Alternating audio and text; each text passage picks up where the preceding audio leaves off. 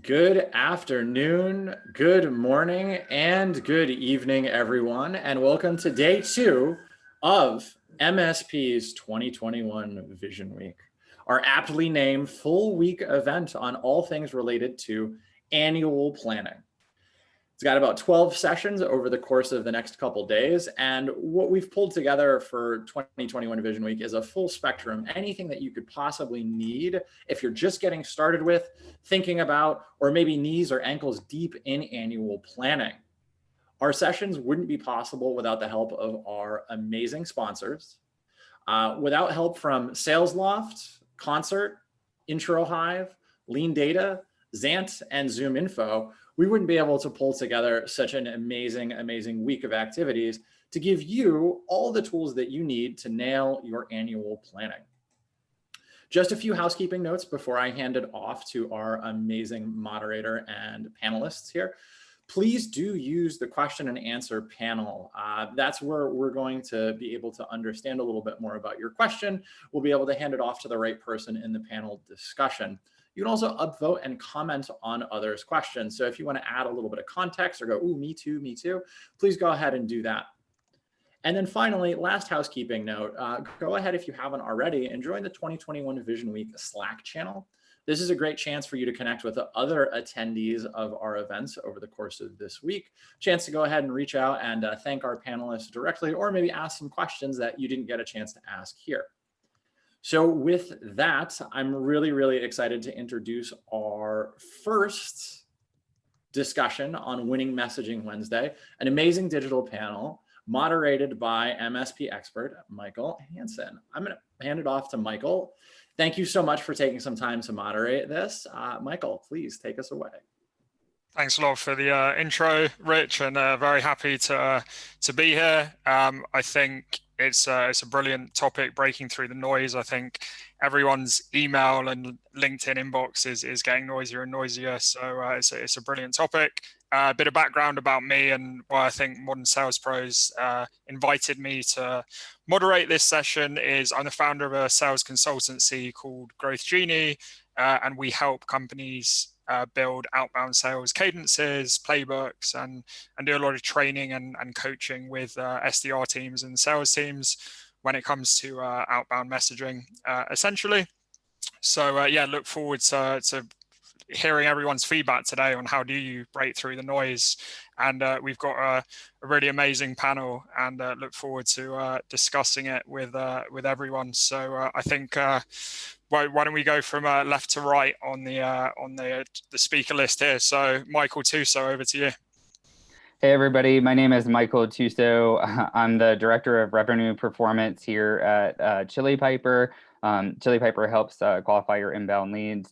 And I have worked on and built 5 SDR teams. So this is a topic that is near and dear to my heart.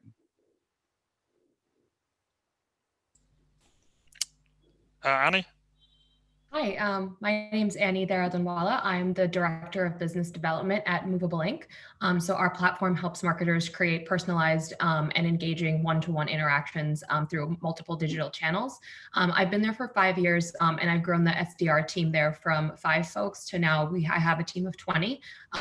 SDRs and SDR managers that are responsible for pipeline generation for our North America sales team. And I'm also responsible for obviously hiring, training, recruiting SDRs, and then, growing them into account executives and, sending them to other places at Movable Inc.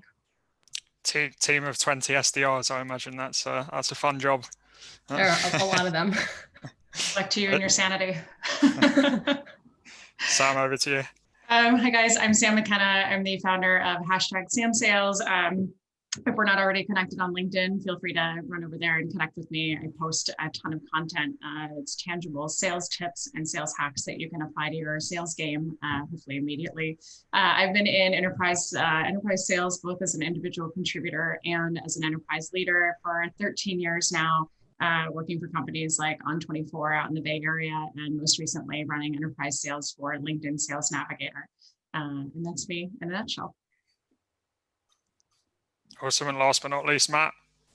Thanks, Michael. And yeah, my computer screen looks all kinds of different, so I wasn't sure what the left or right meant there, but appreciate the intro. Matt Wheeler, CEO of Qualified Meetings, and it's really exciting to hear some of the other panelists mention their backgrounds. It brings me back to a lot of the earlier stages when I was an SDR and SDR manager. Qualified Meetings was a brainchild after making 250,000 phone calls myself as an SDR for companies like Infoblox and Clabnet and some others, and then building sales development programs for companies like Forescout. So I've had 2 IPOs under my belt, made 250,000 phone calls. We've made about 1.5 billion in pipeline for sales in the tech market using ZoomInfo data. And we've had a little over $270 million worth of revenue closed in new business from the tech market as well. So anything that's related to sales development, I just naturally get overly excited about, and hopefully that comes through today on this call. Well, 250,000 phone calls, that is a hell of a lot. I have no idea how many I've made in my time, but that's an impressive stat. And I still make them, right? My tag on my car says QM SDR, not QM CEO. So I'm a big component of making outbound calls still today. Nice. Awesome. Never stop prospecting. So yeah, our first topic is going to be about developing effective messaging. So essentially, where do you start, and how do you know what works? So, you know, every company, when they're doing outbound, they need to start somewhere. So where do they start? So Michael, why don't we start with you again? Yeah, absolutely. I think that for this question for me, I think we really have to ask the question, why do we have to break through the noise to begin with? And I think so many of our inboxes are filled with kind of those emails that have those kind of same elements to them, like we help with this, here's the simple ROI that you would get, and then a 15-minute CTA. Like, we're all so used to that type of messaging. And so I think, like, why are we having to have this conversation to begin with is really important. And so I think a lot of people are kind of starting from that point. For us, one of the things we did when we were super small company is we set up a time weekly that we still do today, specifically dedicated to messaging. I think sometimes when it comes to messaging, we get in this set it and forget it headspace where we're not always iterating, we're not always experimenting and learning around messaging. Another concept that I think is really important here is swarming, bringing in people from different departments, from product marketing, you know, sales, and all of the different revenue teams to get that tribal mind share is super important. The other thing I think is, we're talking about messaging here. Part of that is being a writer, and you can't be a good writer unless you're a good reader to begin with. So I think some of the good books that have really inspired me on this topic are Presentation Secrets of Steve Jobs, Influence and Persuasion by Dr. Robert Cialdini, Everybody Writes, the Halbert Copywriting Method Part 3. So I think, you know, be a good reader, be learning in the beginning is super important.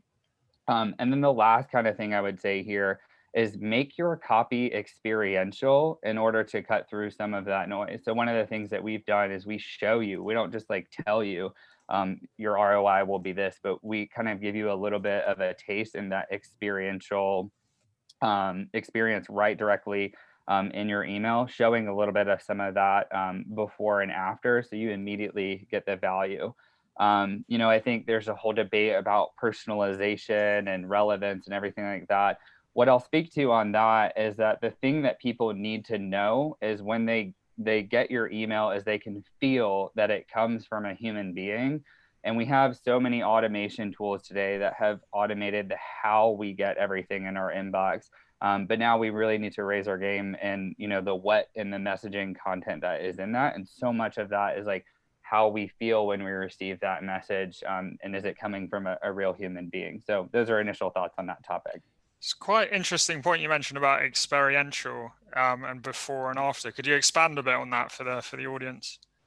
Yeah, absolutely. So there's many sort of different ways to do it depending on your product. One of the things that we do is we show what our product would look like before and after. So you're kind of status quo, but also getting a little bit at that concept of aspiration. So showing what that future state might look like a little bit. So we do that right directly in that first and second email touch, so that, you know, so that we're not that same email, oh, we help with this, here's the same old social proof you've seen 100 times, and then we increase your ROI by XYZ, and oh, can I have 15 minutes? You know, I think like just that 15-minute CTA for me, like, makes me not want to respond to the email because everyone is sending it. So So I think part of that is like your CTA should be unique to your own company and your buyer's experience. And so many times we're trying to engineer it with us in mind. We really need to engineer with like what our buyers care about in mind. And so our CTA should not be plug and play the same thing at every single company. So I think that's really important. That's how I've set the CTAs up differently at companies I've worked at in accordance with the buyers that I'm working with. Yeah, I think everyone's sick of those 15-minute CTAs that we're all getting. Sam, I know you've got a lot of experience building messaging for your clients. So where do you start? I think you guys, I want to call out a couple of things. So talking about the idea of being human, right, is really important. Even just pulling back that, do you have 15 minutes? When you change that verbiage, you now seem like a human that's reaching out to them, not just a plug and play. But one of the things we talk about a lot is the key to being better at sales, and this goes with messaging too, is not just being better or working harder, but it's truly by being different. So how do we figure that out as our competitive strategy to be different than all the mass messaging that's coming out there? And think about this in two ways. So we talk about, and Michael just mentioned it, right? Personalization, right? And we talk about personalization at scale. How do we do that? And then we also talk about compelling events. These are words we hear all day, every day, you know, in SDR land and in messaging land in general. Think about this, personalization at scale. And you guys, I would love to hear all of our panelists' thoughts on this, but personalization at scale, a lot of people feel that as long as you say something about that person that shows you've done your homework, it's enough, right? So one of the things I get a lot is go Noles, because I went to Florida State. So people are like, Sam, I saw you went to Florida State, go Noles. And I'm like, what about it? Like, what's your connection to that? Like, go one step further. Or I love your podcast. Hey, do you want to buy our video platform? What about my podcast? Like, go one step further, right? And that's such an easy way to be a differentiator. Think also about compelling events. So we talk about this all the time. We even have compelling event built into our sequences, right? Pull something out that's happening in the news or a press release that just came out. I always go back to this example, and it's timely because today's earnings reports have started this week for Q3. But when we were trying to tackle Tesla for one of our clients and trying to crack open Tesla, everyone was like, oh, let's talk about their Q2 earnings report, and their Q3 earnings report's coming out today. So there's the timeliness, but they're like, let's talk about that. And I'm like, you and everybody else, that's exactly what they're going to be talking about. So you're not going to be in a sea of 100 emails that say, congrats on your Q2 earnings. That's awesome. Do you want to buy our video platform?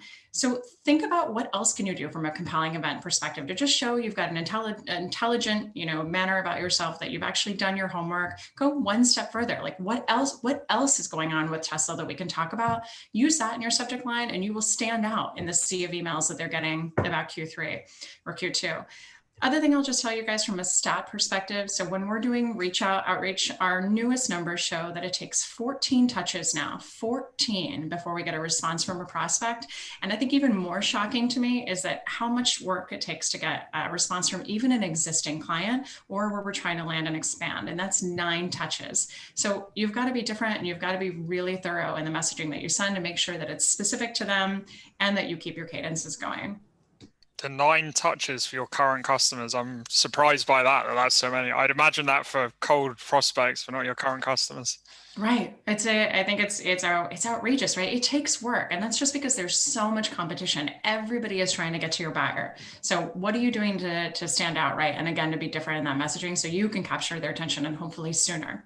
Yeah, I think another good point you made was regarding like the compelling event of a company's just received funding. And it's like, yeah, it's a good compelling event because it probably means they've got money to spend. So target them, but then mention something else. Don't mention the fact they've got funding because then you're just like everyone else. So yeah, totally. And go back to that idea too of like the so what of the compelling event, the so what of the personalization. So the example we used is that Tesla has these pop-ups all over EMEA, that they're little pop-up shops that they're using to educate people. And so what about the pop-up? Like, tell us what your thoughts are on that. Do you think that's cool? Do you think it's a great way to educate people? Like, go one step further when you come up with a differentiating, compelling event. Awesome. So Annie, as you said, you manage a team of 20 SDRs, which I'm still trying to get my head around. But where do you start with that team? Where do you start with the messaging? And I actually really love what Sam just said about taking it one step further. And I think that's where I I try to train my team to start, because we've all gotten that email of, oh, I noticed you went to NYU, go Violets, do you have 15 minutes to connect? And it's like, you lost me in 2 sentences. And I think a lot of going one step further is, figuring out what is the problem that you're trying to solve, as opposed to just trying to sell a technology that you think is cool, which it should be cool because you work there and you're selling it. Think about why they should feel compelled to buy it. And I think we do a lot of research ahead of time, obviously into the people that we're reaching out to, but also into trying to figure out what the company is trying to achieve. So we're in the marketing space, kind of focused on email and mobile. So for my teams, it's really about take a look at what they're currently doing and try and figure out, like, maybe come up with 2 to 3 hypotheses about what it is that they're trying to achieve and why they're not able to achieve that yet. And then how, we can step in and help them achieve their goals. And obviously then, you can tie it back to ROI and show, different clients about what our current clients have been doing to kind of, show that we're experts in this space. But I think as opposed to just leading with, can I have 15 minutes? It's like, I took a lot of time to pull together a case study about what I think you're trying to do and where I think you're trying to go. And the missing piece is this technology. So I think really, that's what I keep telling the BDRs is, like, they're experts in the platform, they're experts in the tech, because they're the ones that they're the first point of contact. So you have to lead with that. You have to lead with being an expert in solving a problem versus just selling a product and asking for 15 minutes on the phone. I couldn't agree with you more. And just to add to that really quick, yesterday I actually did a poll on LinkedIn if you guys want to go and vote and see the comments on it. But it talked about a key line in messaging that a lot of people use at the end, which is, I'd love to hear about your 2021 priorities and see how we can be of help. And the poll was true or false, is this a good sentence? And spoiler alert, it's false. It's not a good sentence. But we had a ton of CROs, CMOs, C-suites that commented, all people that I know, that said, just exactly to your point, Ani, like, if you are not actually doing your research in advance, showing that you're an expert, and not doing it just in like a broad, like fluffy way, but saying, like, specifically your buyer persona in your industry, I suspect has this challenge, like many of our clients do. If you're not doing that, you're going to go straight to delete and nobody will ever see the email that you crafted. Exactly. There's a good point about LinkedIn polls, actually, and that's one advice I'd give people. You can actually use LinkedIn polls and surveys, one, to do market research, but you could also use it as a first step in a messaging cadence, because part of the battle when you're doing outbound messaging with cold leads is understanding what the pains of your buyers are, as Annie mentioned. So actually, if you do a survey and they say, hey, this is a real challenge for us, then you can send a very relevant, personalized follow-up message about that challenge afterwards. Anyway, Matt, over to you. What are your tips for starting a messaging sequence? I mean, I'm sitting here taking notes myself, Michael. It's fun. A lot of great advice there, and I think I'll take it back just a level right when Michael from the Chili Piper came in and said that, content is very important. We consider, content is king, right? The death or the life of automation is upon us, right? AI and bots are everywhere. So you have to be really smart about the way you message people. I mean, for me, I look at AI and bots like, it's like giving a child a hand grenade. Should everybody have that? Probably not, right? It's not good in a lot of people's hands. You got to be very careful because it can quickly turn into a spamming mechanism and you become very irrelevant to the market. You start sending messages to people that don't really apply to what you're trying to offer or educate them on. So just be very thoughtful, right? I keep hearing this whole human to human element of this, and that's the truth. Be very thoughtful about who you're reaching out to, what their jobs are in the organization, how you can help them solve a problem. And for us, right, I also break it down by kind of the average sales price of a product or solution you're selling. So there's a big difference in when you're taking a solution to market that's under 10 grand versus 10 to 50K versus 50K to 100 and then 100K up to $1 million. And in a lot of those cases, like, we do a lot of enterprise sales for software companies dealing with C-level buyers. They really don't want to hear anything about where they went to college or where they did all these personal things. They just don't care, right? They're really interested in knowing how you can solve a problem, what you know about their vertical, and what impact you're going to have by having a conversation. And then the repeated thing that I keep hearing is the ask for the meeting in the first email. I mean, come on, guys, give us a break with this. I get 150 emails a day on LinkedIn, to the point where I haven't managed my own LinkedIn, inbox in probably a year plus. I have somebody has to monitor it because I get so many irrelevant messages, and they're from developers and engineers and all kinds of people that just would not apply to me being a CEO at a services business. So just, those tools are great. They serve a purpose, but be very thoughtful about the people you're sending them to. I go back to, when I learned about, Zoom Info back in 2008, and I started using it as an SDR, and I started learning why they developed that platform. And when I had talked to Henry and a lot of the team that was there, they really wanted to build a platform where you could go and understand who your buyers are so that you could avoid sending emails and spam to people that aren't relevant to the conversation. So if you take a lot more time to really think about who you're putting in your list, who you're messaging to, it's very critical. And then the conversation part of the content, it couldn't have been more, better said by Michael earlier on that the content is superior now because automation is out there. Just really get into the mind of your buyer and understand what is important to them. And if they get an email across their desk, is it something that's going to add value or not? And if it's not, avoid them. Go spend time where, more people are interested in what you're offering or probably have, some sort of impact from what you could help them with. Yeah, and I think what you mentioned regarding your LinkedIn being so noisy and your email being so noisy, I think email and LinkedIn can still work, but your messaging has to become so much better essentially because of the situation we're in, and that's why everyone's on this panel today. And you also mentioned content, so I think that fits in nicely to our next topic, which is the eternal battle between sales and marketing, and the feedback loop between the two. So I want to start with Sam on this one. What are your what are your top tips to have a really good feedback loop between sales and marketing? Yeah, so I think one of the things that we often did as a team, especially as AEs, like we were going after and prospecting, right, and going out and finding, ways to crack open our territory. We would write these messages and A/B test all the time. But what was most important to us is A/B testing internally. So we would write, we would send these messages to our CMO if we were targeting marketing titles, or our CRO if we were targeting those titles, and say, if we sent this to you with this subject line, with this information, would this be compelling to you? Would this be interesting to you? Would you even respond? Right. And it was an amazing experience to actually get that feedback from them, because they would read it and they would say, this part's great, but you're losing me here. I could care less about this. Tell me about this, because that impacts my bottom line. It's also awesome to hear feedback, especially for AEs who might be new at this, or SDRs, right? To hear how a C-suite or an SVP thinks, right? So how they try to monetize pain, how they try to understand like how to solve those challenges, right? The way that they click, just even hearing that is fantastic. The other thing that we do is we actually go outside the organization for the feedback loop. So we talk to some of our greatest customers and we say, if we sent you this email before you experienced us, would this compel you enough? Do you think that we're really articulating the value of what we do really well, or what you love about us, and that would move the needle for others well? And again, it's great to have those different perspectives, and slowly but surely you build, if it exists, the perfect outbound email. Awesome.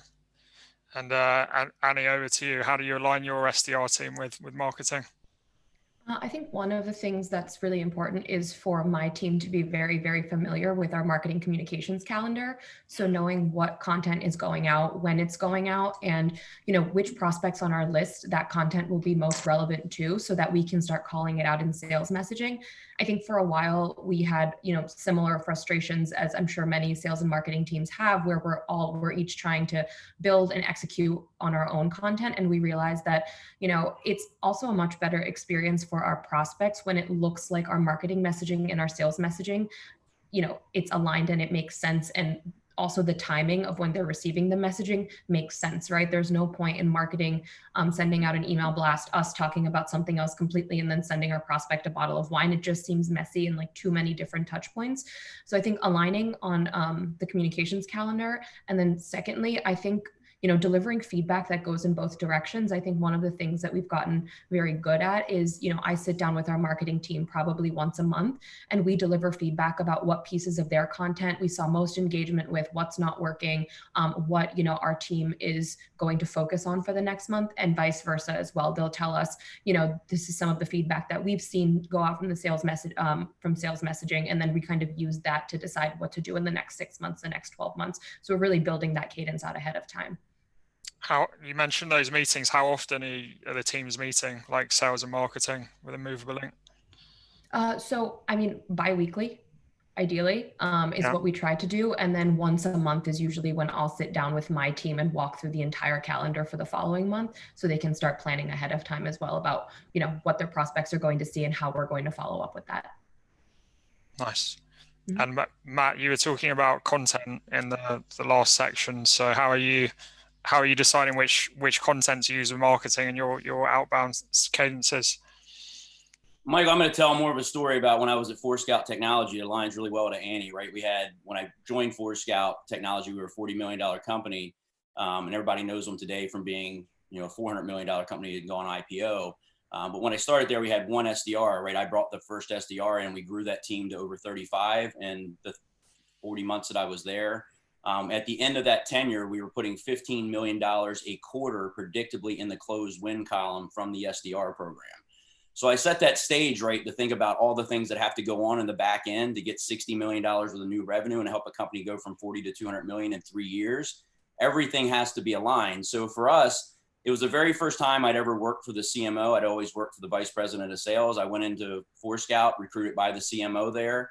And the CMO actually brought me in because he was tired of sitting in the QBR and a sales kickoff and constantly seeing marketing throw up 100 meetings that were created on the board, and now all the sales team chuckling in the background, right? Everybody's been through that, where marketing presents, sales chuckles, and they say half of that stuff wasn't real. They cherry picked it. Marketing thinks they cherry picked it. Sales thinks that the meetings weren't qualified, whatever, right?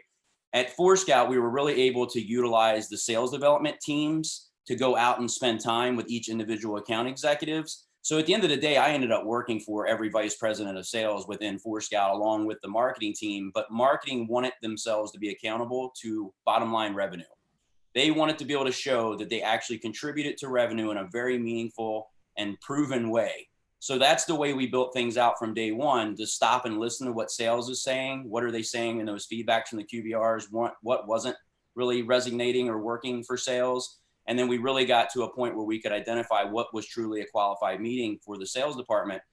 In the enterprise sales world, sales reps are paid a considerable amount of money, right? I know reps that made $1 million a year selling enterprise accounts. So if you think about the time they spend going into a meeting set by a sales development rep, it's quite a considerable amount of their time and effort. So we did as much as we could to keep educating that SDR on what the objectives for sales were, so that we could continue to align that message. And then at the end of the day, that bridge that we built, right, we kind of built that bridge gap between sales and marketing, because the silos still exist in some capacity today. They're not working with each other daily, which is really what's required.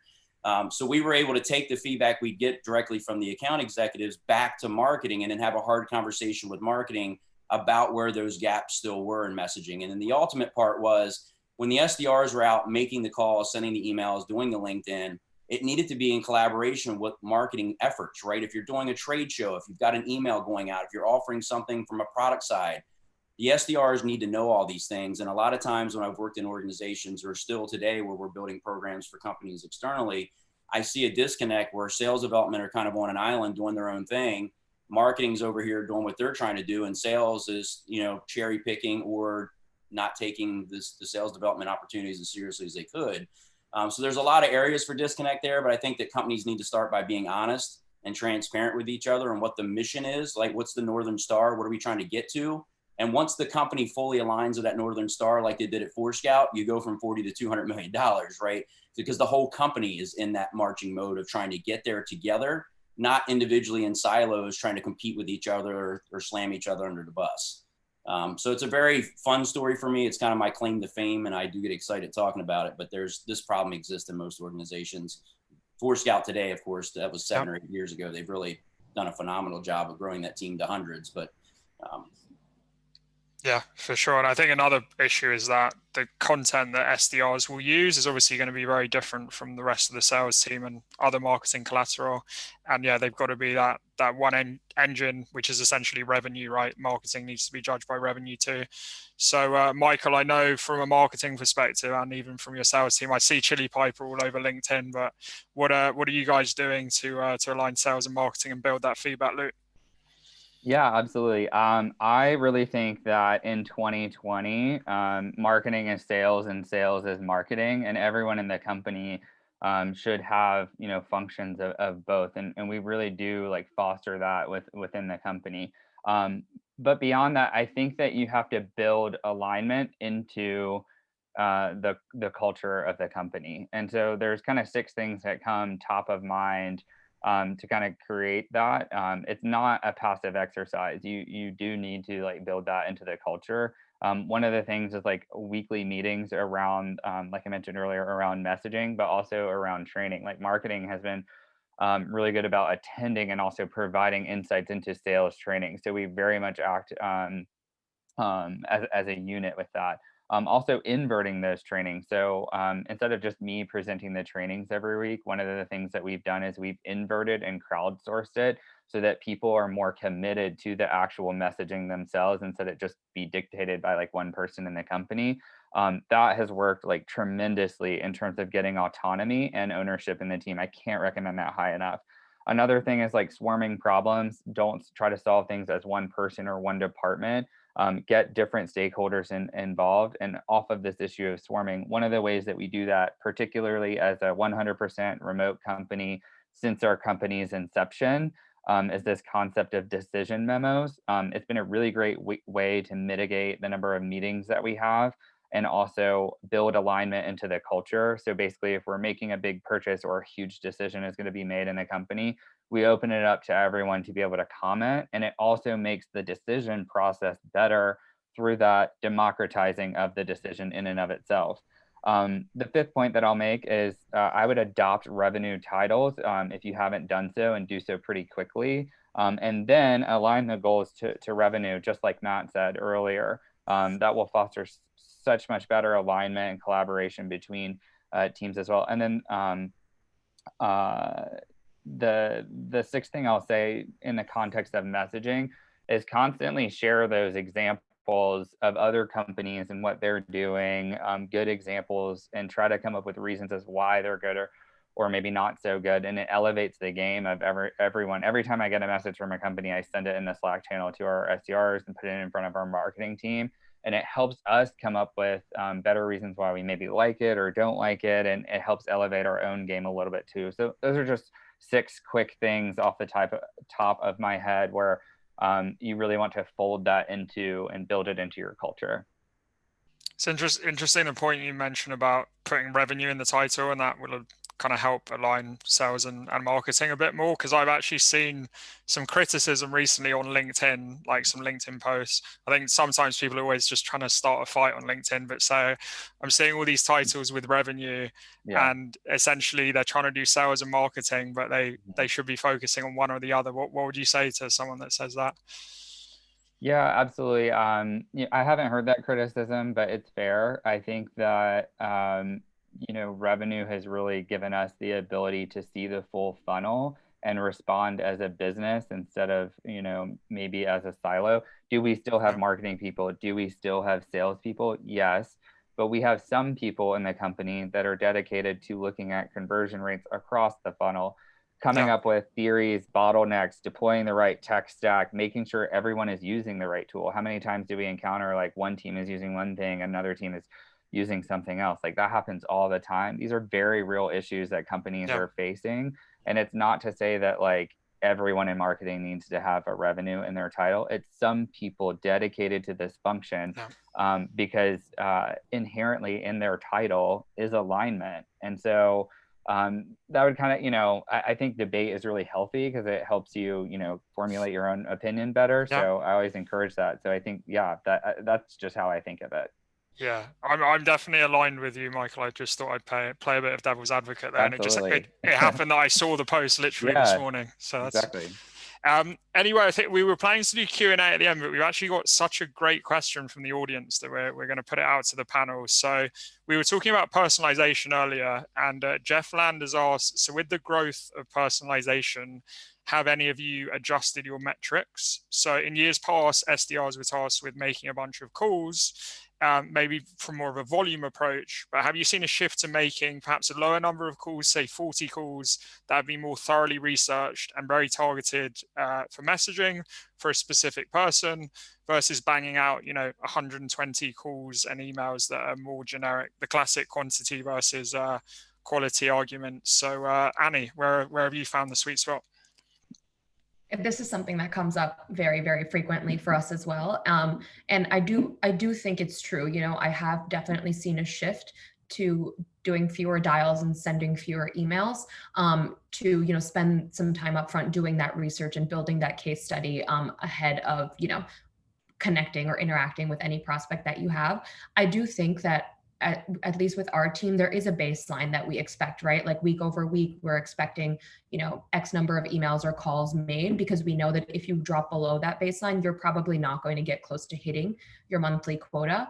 And then obviously there are certain, instances, for example, if we're trying to drive people to events where, kind of sending out a mass email through a sales engagement tool makes sense. But I do think, and we've seen kind of also tracked, in our CRM as well, that sending out fewer emails that are more personalized, that where we spent the time, definitely overall gets more engagement.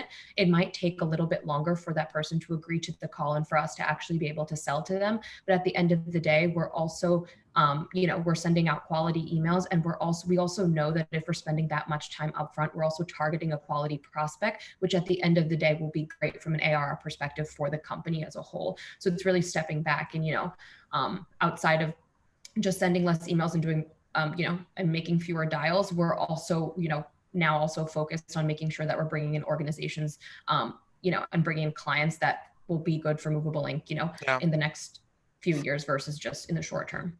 So essentially you're saying it because you're doing more of a research on the buyer, there's almost more qualification as well to actually check that contact or company is a good fit for Movable Ink.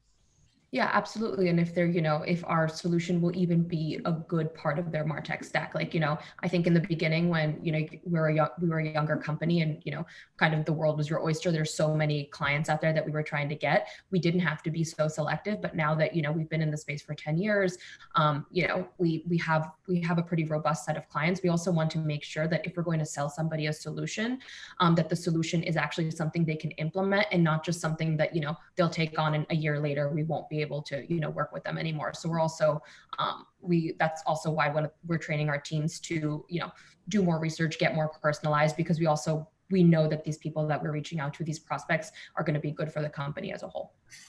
Yeah, everyone's a winner on that front. So Sam, we're in quite similar spaces, and I get this question all the time, so I'm sure you do. How do you react to this question?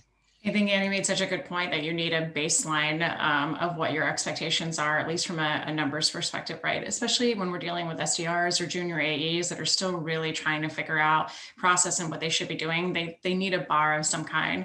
I do think it's dangerous when we just exclusively focus on numbers, right? And we don't think of the quality of what we're getting back, right? So let's say even somebody fell below their baseline in terms of the meetings that they were supposed to book, right? But what's the quality of those meetings? Are we booking now because we're taking more time to personalize and to be really thoughtful and to qualify that prospect?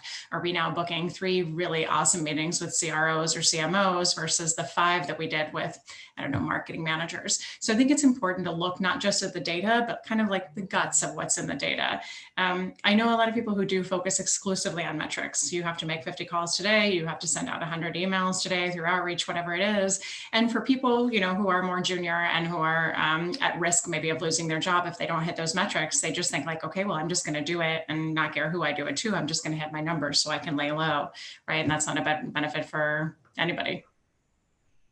Yeah, for sure. Yeah, I think a lot of coaches get into that bad habit of just looking at the metrics and not looking at the messaging behind it, and if the metrics actually reflect the what's behind. So Matt, I think I saw you taking notes there, so I assume you've got a good answer for us. Well, this is not, we don't have a 4-hour time period, do we? So I'm going to be very restricted. So, we focus heavily on this. I would say it starts, I heard some folks mentioning, the ROI factor is there, number one, right? So even at Scout, I was a business within that company. So for every SDR, I aim to have a 10x ROI in year 1. I aim for 20 in year 2 for that particular individual. So if you know what that ROI factor is, what is the revenue you need to get out to be able to afford to have a sales development program? I think that's pretty critical to know. I've coined the phrase that I use here all the time called high velocity with intelligence, right? So we really preach this. So you have to have enough velocity to have conversations, right? So saying we make 200 calls a day, which we all do on our side, is awesome, but it doesn't mean anything if there's not intelligence tied to that. So we spend a lot of time. We have a data team that knows how to, take data from ZoomInfo, build an ICP, an ideal customer profile plan. So we have a data team that supplements or helps build the list for the SDRs in the first 90 days. Our opinion is that the customer and us as QM should know who our ideal customer profile is. And if we don't, we have to start somewhere and start measuring that. So we take the responsibility of feeding those SDRs their first 500 to 1,000 leads in their first 90 days. And then we also take time to teach them how to pull ICP leads over their first 90 days so they can really get a better understanding of who they're trying to get a hold of. But if you spend too much time personalizing before you start calling, number one, you can create two problems, right? It's the whole paralysis by analysis scenario where an SDR will naturally come off the phone and start doing anything but making phone calls. So you have to worry about that. It's a big concern. And then you have to look at what is your call to connection rate, right? So when we're doing enterprise outbound to C-level, $1 million deals, $250,000 deals, whatever that may be, our call to connection ratio could be 1 to 50 in the first 30 days while we clean up data and get through some of the data cycles. It could, we try to get it down to an average of about 1 to 17 dials to a connection. So then we know how many connections we need to have a day in order to hit a quota, right? And that quota is not just spaghetti on the wall. It's based on an ROI factor that we're selling to our client or working with an organization with to better understand themselves. They need to know what they're truly trying to get out of that team. So that's a really important thing. And then, we have what we call our 23-52 step methodology. That's our outbound cadence that we've been using for 7 years. It's driven that $1 billion in pipeline. We see the enterprise space reply in about the 35th touch point, right? There's a big Death Valley factor where you're doing an educational cycle, trying to create awareness, tell stories, all these great things in that Death Valley period.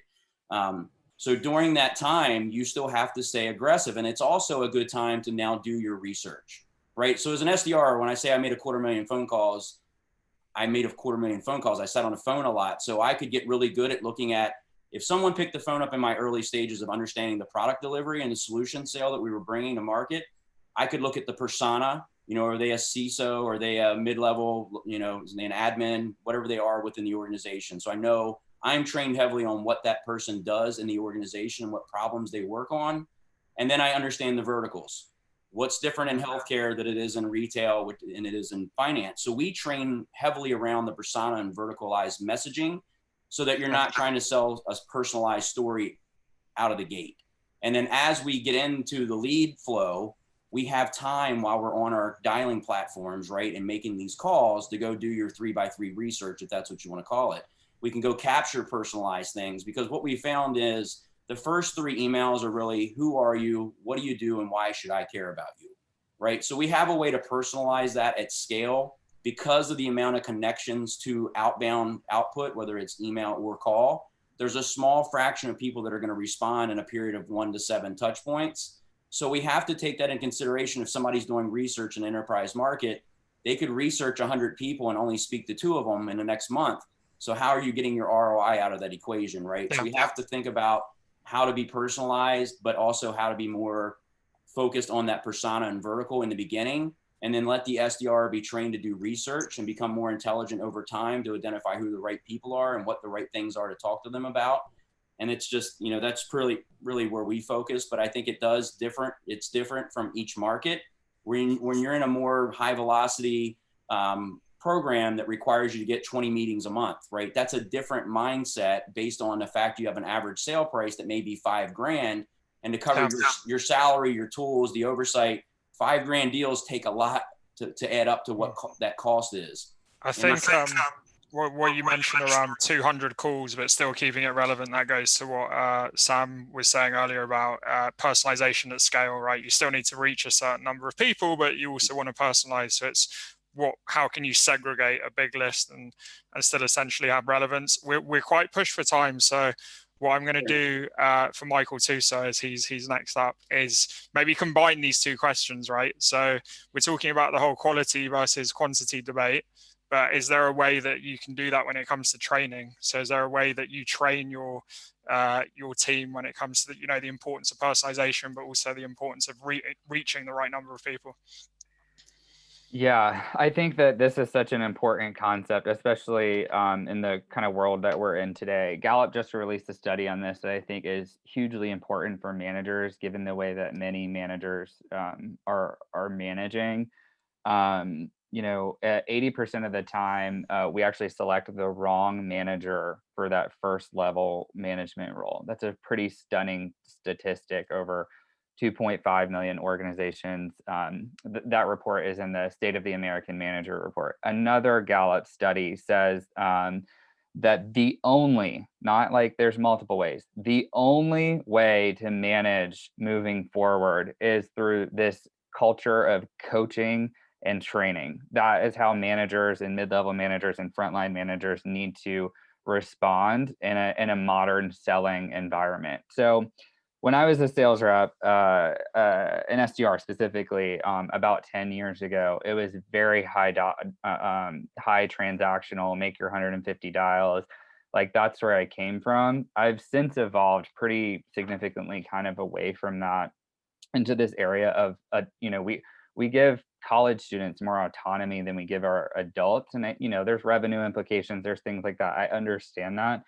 But I've really kind of taken a step back and really with the SDRs, like provided some of that autonomy. Now I provide the guide rails, the coaching, the training, the enablement, everything that they need, the benchmarks for like what good activity looks like. But I also don't let that get in the way of efficiency. If they're able to do something more efficiently than what I, suggest, more power to them. So I think like in this concept of coaching and training, that activity is directly related to that.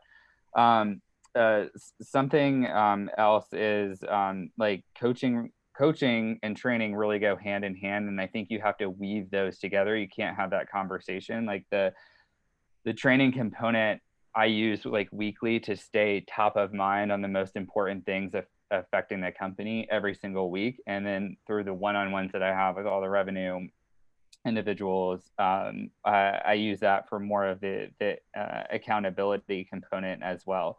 Something with messaging, I don't think we're doing enough is coaching to the reply. Like we have this automation set up, we have a lot of that initial messaging that we've been talking a lot about, but no one's really, I haven't seen many people talking about what happens when the prospect finally responds to you. Like, what do you do? There's a lot of white space there and there's a lot of room for improvement. And I really think that a little bit of coaching there has really gone a long way to helping salespeople get better and see a lot of the thinking that maybe a manager might deploy in working with a prospect. Yeah, I think that this is really a really important concept as well. Another thing on the topic of training is when someone is onboarding, we tend to jump in with our own product. Like we're all very like product centric, me centric, generally speaking. Don't do that. I would start with training to the buyer and the landscape first, and then figure out how your product fits into that. Because that's why we have salespeople that are coming in. Oh, this is what our product does, and it's like the person doesn't care. So start with training to your buyer. Start with the landscape, then show how your product fits into that. And you'll start right off the bat in their onboarding program, really getting them to think about like what it is that the buyer cares about, and then they understand. Then the other thing about training and coaching is I would say you always use real material. Similar to the way like graduate schools have really evolved over time.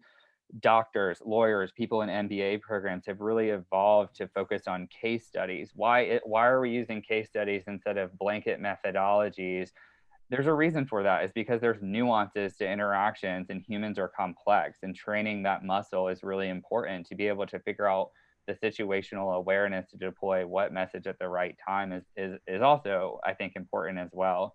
So I think a lot of these things are really important, but for me, I think like really coaching, training, enabling the salespeople to autonomously be connected to their work so that they feel like they have some ownership, and then they care about the messaging and all these issues we're talking about just as much as you do. A point that resonated with me there is about coaching to the reply, because I think a lot of sales coaches and managers, they're coaching on call recordings, but it's not what happens when someone replies on LinkedIn or email. And it's not always going to be a meeting. It may be an objection or something like that. And it's what can you then reply back? So that certainly resonated. This, I think, is going to be a great question for you, Annie, because you've got those 20 SDRs that you're having to train and coach. So what's your expertise when it comes to this subject? Yeah, I mean, I agree with everything that Michael said, so I won't repeat that. But I think one thing that's been helpful is past their initial onboarding, once they're kind of comfortable with the language and, with the technology that they're trying to sell, is really having like the more senior members of the team act as coaches. I've noticed that, when the team or individual members of the team are kind of taking on the responsibility of becoming an expert, whether it's a vertical expert or an expert in a new product or service that we're offering, and then then we give them a platform to train the rest of the team, it just tends to stick a little bit better than me standing in front of a room for an hour trying to run a training. So I think, it really puts the onus on the team to become experts and then help each other. And I think using that and then moving it forward into, the real time, the sharing of positive and negative interactions, I think it's great to celebrate the wins, but I think it's even more important for the team to share when they miss the mark, or when something went wrong, or when messaging just didn't resonate. That's obviously a little bit more uncomfortable for people to come out and share an email that's like, whoa, I just completely messed this up here. Like, my bad. But I think, if it can help somebody else on the team avoid that mistake, I think, it makes all of us successful. So really putting the onus of training, obviously, on us as managers, but also on the team to be like, it's going to help you to train yourself and then to take on training for some of the more junior members. Yeah, I certainly think in life, not just sales, you learn a lot more from your failures than your successes. So it's certainly in line with that. Sam, what have you seen with Sam sales when it comes to training? Yeah, so I think a couple of things. One, so we have a team of BDRs under Sam Sales. So we do outsource BDR work, like a lot of you are familiar with and do yourself. One of the things that we do from even an objection standpoint, so when we do get a reply and it's an objection, we work with our clients to come up with a list, an objection database effectively, right? What are the objection workarounds that are the most successful? How can we get around these so that we know one time what works really well, and then we've got a whole database to pull from moving forward.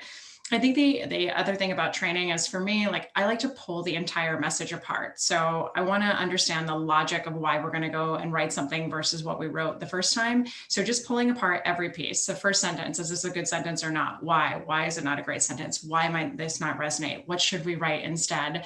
Right? And going piece by piece by piece. I think we also see this when we come, I know Michael does the same thing.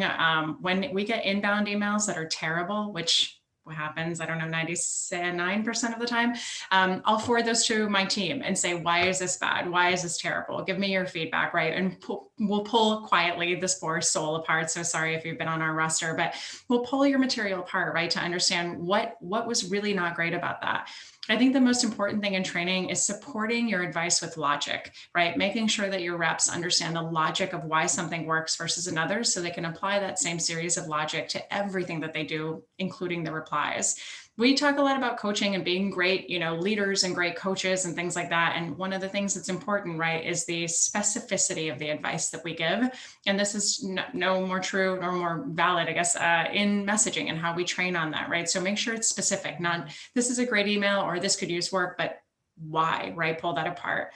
The last thing I'll say is on the replies. So I'm a huge Dumb and Dumber fan, for anybody out there that also is a Dumb and Dumber fan. And I like to think about the reply of when Jim Carrey says, like, she actually talked to me, man. Like, that's awesome. Okay, so now what do we do? Now, right, the person actually responded. What do we do with that response?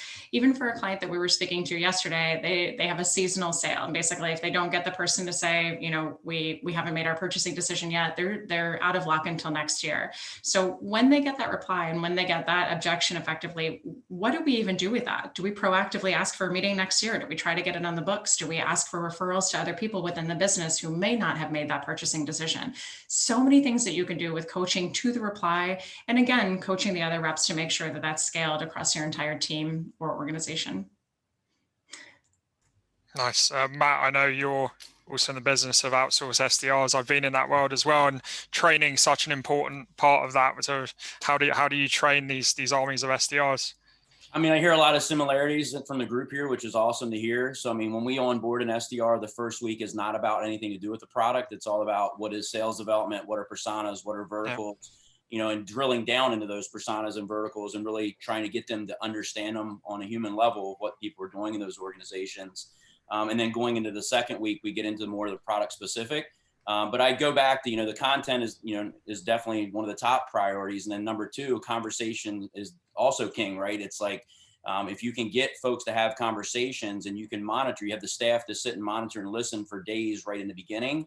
You can do a lot of on the fly live coaching scenarios, and training people to get comfortable not knowing the answers to things is okay as well. So we do a lot of, intense hands-on training with the reps the day they get in. Not all organizations kind of have that bandwidth to do that.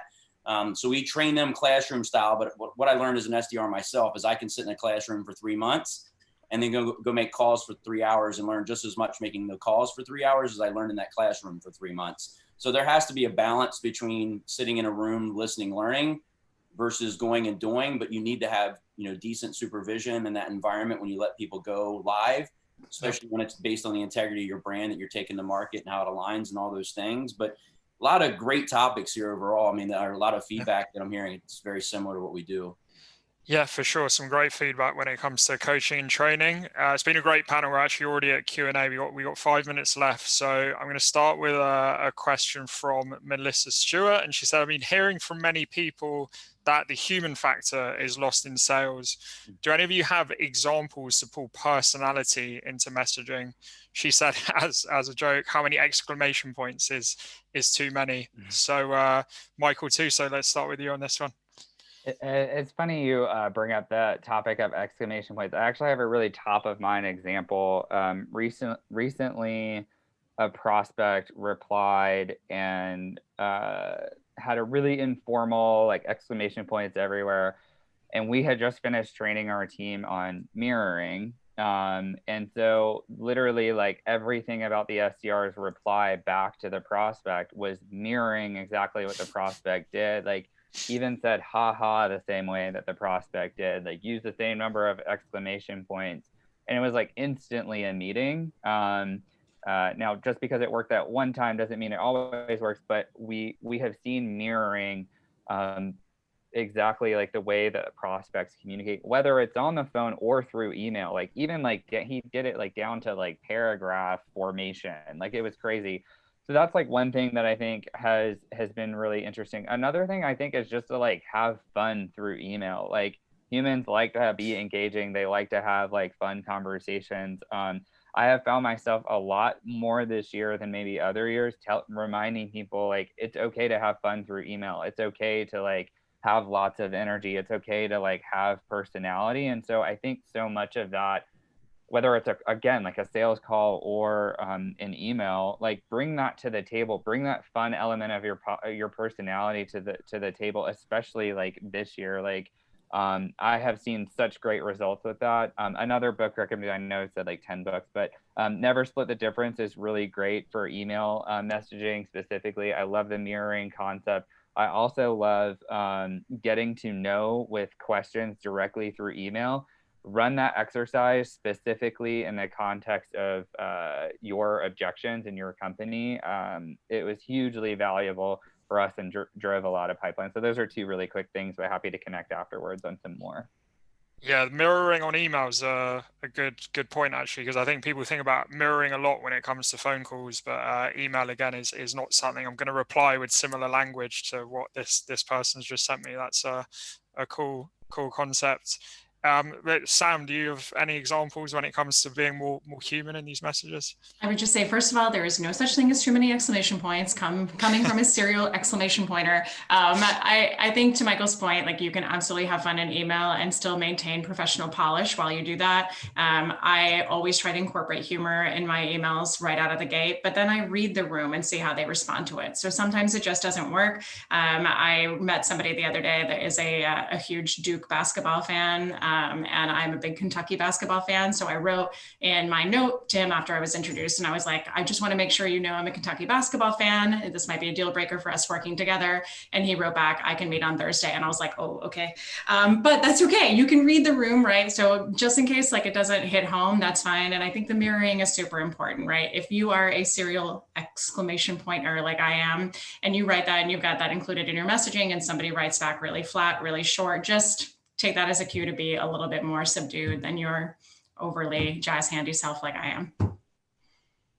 Nice. Unfortunately, we're out of time. It's been such a great session. I've personally learned a ton from everyone here, and I've really enjoyed it. So yeah, huge thank you to our speakers. I think I'm going to pass over to Richard now. Yeah, this was amazing. I've got pages of notes as well. Before we wrap up, panelists, just a really quick tweet length takeaway. We've got pages worth of notes here, but let's just roll through and start with Annie. Just tweet length takeaway for folks from all the amazingness that was today's session. Wow, okay, this is going to be tough, but tweet No pressure. tweet length takeaway. Okay, I would say that, I think going back to the whole thing is like, sales messaging is not going to be successful without any kind of marketing input. So it's worth it to, build that relationship and build that bridge ahead of time to make sure that, the messaging is aligned and, everybody's successful. I think that's a great point. Sam from Sam Sales, tweet length takeaway. I know it's tricky. Make sure you solve the challenge of that specific buyer persona and in their specific space. So don't mix the two and bring in other examples from unrelated spaces. And the other thing that I would say is make sure you read your value proposition sentence in your message. And if that describes you and 5,000 other peers of what you guys do, you need to rethink your value proposition. We talked about this on LinkedIn the other day. People who's like, we help you scale faster, close more deals, and in less time. So does everybody else. What do you do? Love it. I love it. And there's an 80s analogies in there. Don't cross the streams, right? Ghostbusters. Michael Tuso. So many good nuggets, so many good book recommendations that we'll be sure to get in the chat panel, but just a tweet length takeaway here. Yeah, absolutely. So one more quick tip to tie everything together. I think take learnings like panels like this and books and things like that. Come up with your own theory and then score your messaging. So few people are actually like scoring the messaging, whether it's the replies, the messaging itself. Go through that exercise. I think it's so important. Awesome. And then finally, last but certainly not least, Matt Wheeler, just a tweet length takeaway for our audience here today. I'm going to repeat what my CXO, Dan Kane, constantly says to our clients. Know your sales Northern Star, because if you know where you're headed and you can explain that to the rest of the company, everybody will fall in place, right? The goal is to go IPO. Tell them we're going IPO. If you're trying to get 5 million on the board next year, be clear about that. And everything needs to fall in underneath of that. We need to figure out what the science is to get there. I think that's a great piece of advice just for business building as well. Well, Michael Hansen, first and foremost, thank you so much for volunteering to moderate. You did a phenomenal job here, pulling all of these great thought leaders together.